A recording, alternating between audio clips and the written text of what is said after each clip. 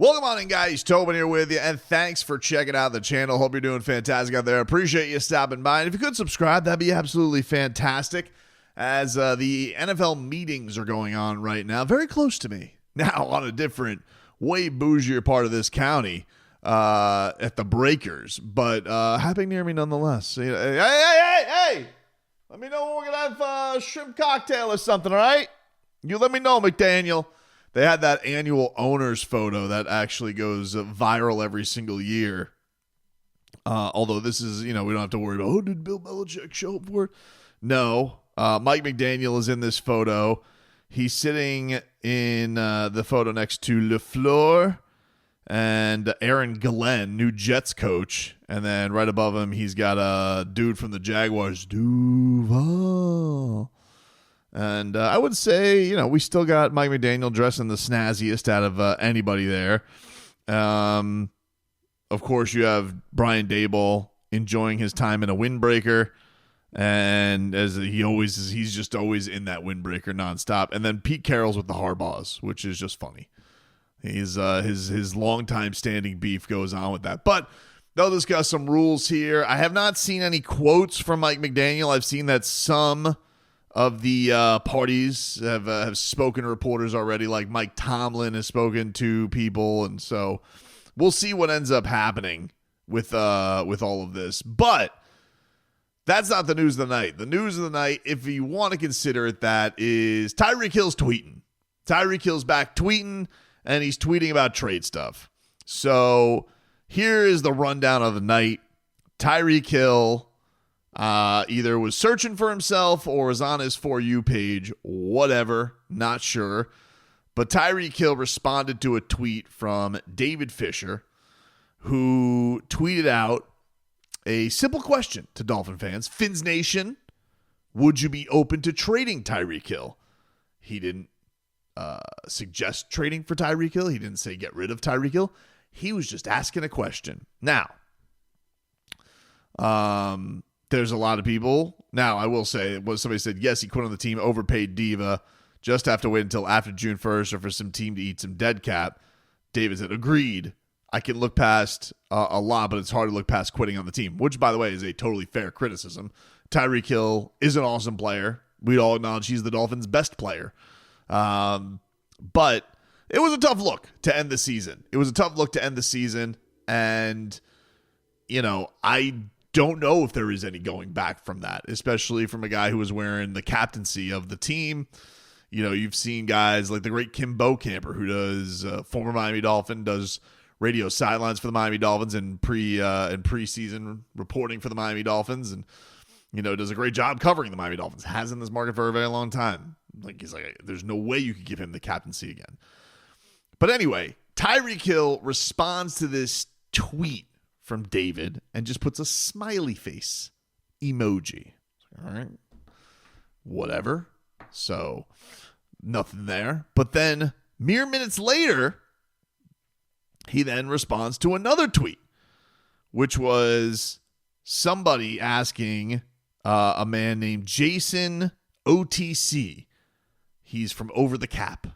They do stuff on the salary cap. And somebody asked Jason, can you give the biggest draft night player trade candidate? And Jason, he says, probably Tyreek Hill. And Tyreek Hill responded with a peace sign emoji, giving the old cheetah deuce.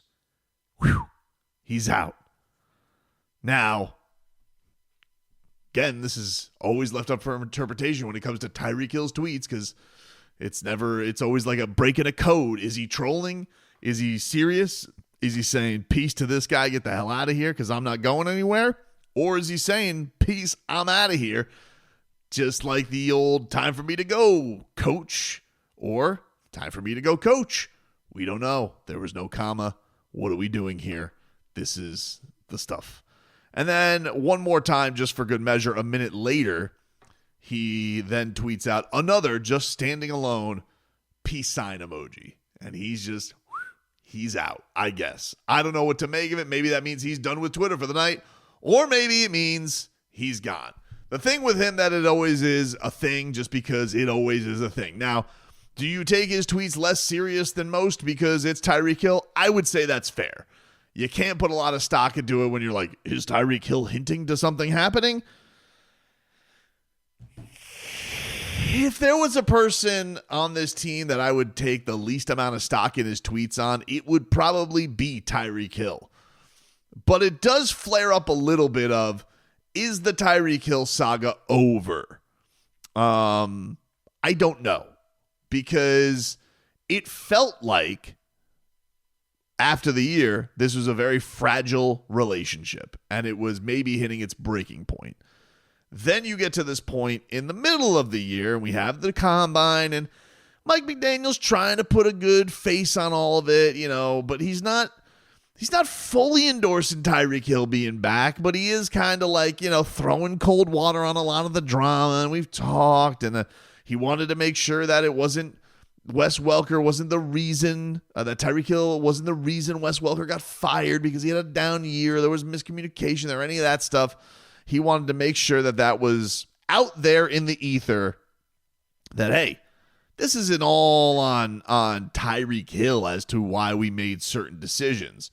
But it was noticeable that all this stuff was going on. And then he also made note that his wrist injury, for everybody having concerns about it, it was thrown out there that, hey, this is a ligament thing, not necessarily a broken wrist.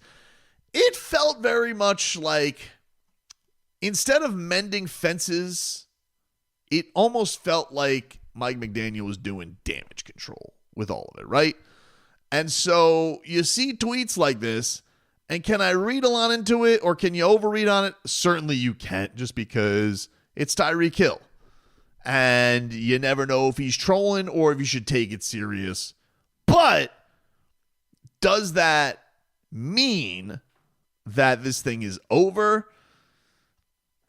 I don't know. And then you have to wonder now, look, is there a possibility that, hey, does Drew Rosenhaus, who's obviously got a very strong relationship with the Dolphins, and Chris Greer, does he have some inklings some things are happening and Tyreek Hill wants to tweet about it and you can't really control the cheetah? Cheetah's going to cheetah? Yeah, that's possible too. Is he just wanting to do things for kicks and giggles because he's the cheetah? That's on the table as well. But is this thing over, and is he for sure coming back? I can't put 100% on that either, because it's just, I would understand if the Dolphins wanted to get out of the Tyreek Hill business. And I think that it's not that Tyreek Hill's not going to be awesome.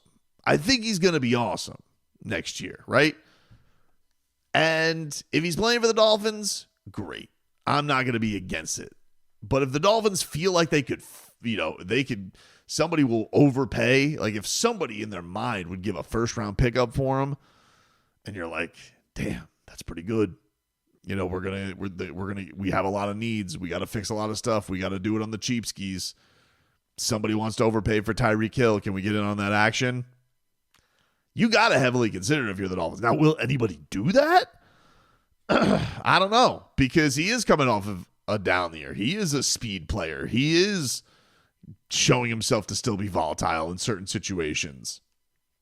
But it's a little bit like, I hate to always bring these two in comparison, but there's some of this stuff does feel very similar. It's kind of like, can you get him in a honeymoon phase, much like happened with Jimmy and the Warriors? Like, will somebody else look at that and be like, we can make this work? It's kind of like Diggs right now with the Patriots. Like, oh, can we make Stephon Diggs? Yeah, we can make him work, baby. We can make that work. We can make that be a thing. So I don't think it's not like he's a bum. He's not going to stop being one of the fastest things on the planet that makes everybody freak out. But also you wonder, and the thing that I just worry the most about with Tyreek Hill is, okay, we've already seen him tap out on the season. I'll put it nicer than quit on his team. We've seen him just have enough. He had enough at the end. He played through the damn wrist injury. He played through Snoop Huntley, Tim Boyle, and Skylar Thompson. And he just had enough once it was all over and they knew they weren't making the playoffs. Fine. Made Jalen Waddle's Penguin heartbreak. But even with that all being said, it's not about could he come back from that. It's what happens when there's a little sign of adversity this year. Can you really rely on him to be in the foxhole? And it kind of showed an inkling like, no, you can't. And so if things start going awry this year, does he make a stink? Does this become a drama thing? Do you get out in front of that? And that kind of related to what they didn't do that with Jimmy on the Heat. Do the Dolphins look at this and they're like, and why maybe there's feelings that there could be a move still because the Dolphins are kind of perusing around. Hey, does anybody want this really awesome player that was really awesome for us, but we've kind of run our course with them and we're ready to get out of the Tyreek Hill business? That's the question. And do I think the tweets mean anything? If I had to guess, no. I think he's just in his feelings and he wants to tweet because that's what Tyreek Hill does. But do I absolutely think that the Tyreek Hill drama is done for the season? It's the last we hear of it. No, I still think this is going to be something that has noise until we get to training camp because it just feels like there's so many options that are on the table for Miami right now as far as like directions they're going to go with, things they need to, the voids they need to fill on the roster. Guys, are Calais Campbell, Toronto's going to play football for them this year? All of these things still need to be decided. And then, of course, he's the guy who brings the most attention to your team outside of Tua. And normally it's always with nationally it's always with the scope of the Chiefs. Now, thankfully, the Chiefs are coming off a year where they didn't win the Super Bowl, so you don't have to deal with that. But they did get there. And you just have to wonder from Miami's standpoint, and Mike McDaniel's standpoint, are they finally at a point where it's like, this was really cool, an amazing 3 years, particularly 2. It was like football drugs, but we're kind of ready to wean off the cheetah and go in another direction. We found some options with Jonnu Smith, have Jalen Waddle step up a little bit more, NWI doing a little bit things for us.